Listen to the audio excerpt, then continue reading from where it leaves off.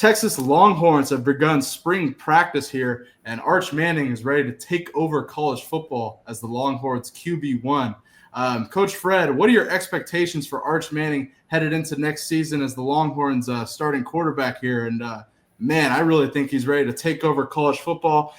Here you see a couple some hell of a throws here in Texas Longhorns practice here. Him slinging it here. This one's been all over social media. There you have it. But Coach Fred, are you excited about Arch Manning taking over for Texas at QB1? Yeah, should be his show 100% of the time now. Don't have to deal with the Clint Ewers situation, so to speak.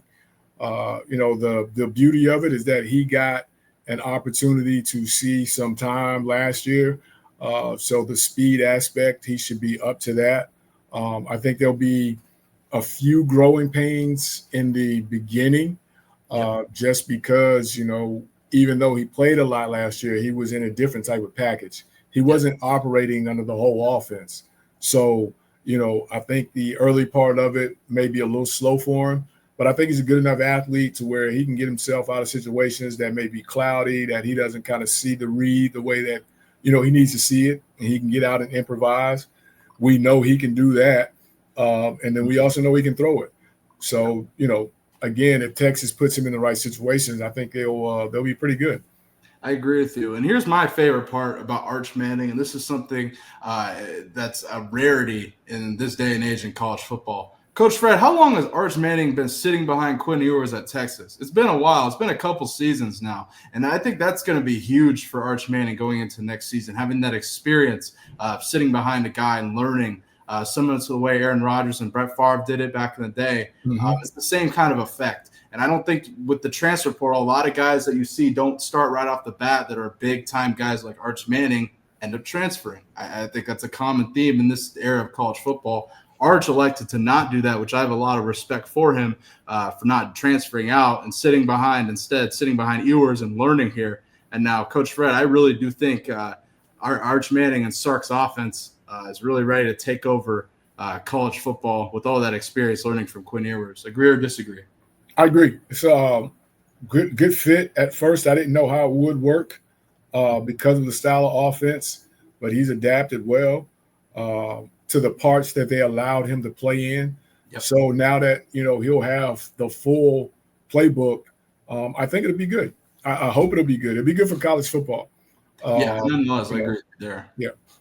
Definitely be good for college football. And now I got to ask you, looking at the Longhorns, first season in the SEC, I think fared pretty damn well. And now headed into next season, are you excited about this Texans Longhorns team? Obviously, you'll see a couple jersey switches. I know those Longhorns fans will appreciate that. Ryan Wingo obviously had a hell of a season last year. We're number 5, is switching to number 1, along with Colin Simmons switching to number 1, Jelani McDonald switching to number 4.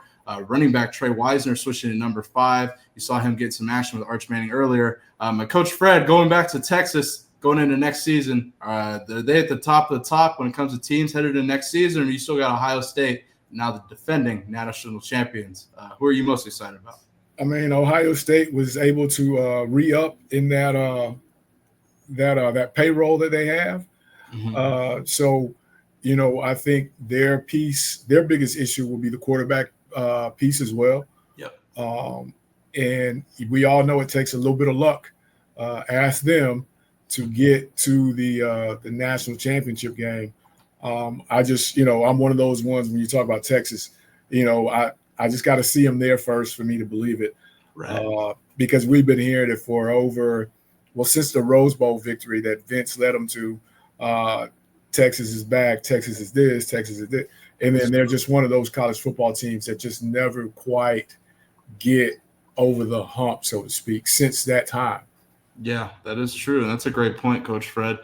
I got to ask you, how do you feel about Steve Sarkisian? I'm a big Steve Sarkisian guy. I think he's learned a lot 10 years ago. I mean, I was a kid when he was at Washington, and so I saw him have his time at Washington, go a bunch of different places, and now we see him at the helm of Texas. I'm a big Sark guy. I'm really excited for this team, and I think now I'm really excited for Arch Manning and Sark's offense. How do you feel about Sark? I like him. I like Stark. His journey and just, if you ever get a chance to listen to him talk about how he got back to Alabama after everything happened, Yeah. And then the way he's just been able to keep the momentum going. I think if people knew the flight of that, that he had to take, I think he'd have more fans, so to speak. I just, again, at the end of the day, until Texas does it, that was a heck of a season. Great Alamo Bowl win, but it's not what y'all say it is. I just got to see it be. I got to see it get done. Coach Fred, I do not fault you there at all. That's how I feel about a lot of teams in college football right now, especially headed into next season. Looking at Texas, man, I think it's there.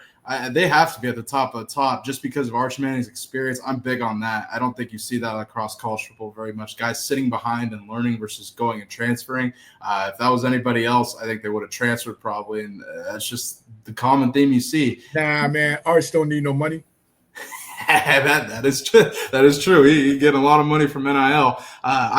Going back to SEC. I'm optimistic about Arch in Texas, Lenora Sellers in South Carolina. I've mentioned a lot. I think that's going to be a team that gives a lot of people fits, as they did last season. They got a lot of pieces returning to that team, Shane Beamer's team. Tennessee and Nico. Everyone thinks they're horrible now because they got killed by Ohio State in the playoff. I think that kid's still 19 years old and definitely has time to learn. I think Tennessee may surprise some people going forward as well. But those are my teams in the SEC, Coach Fred, going into next season. Texas at the top, in my opinion, just because they're quarterback. You can't teach experience there, Coach Fred. Agree or disagree? And who you got? I agree.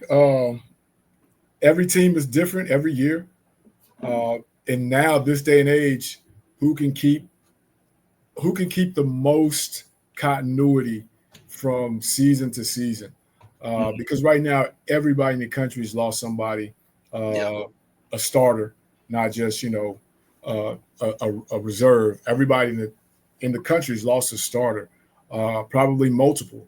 So who can keep their roster intact?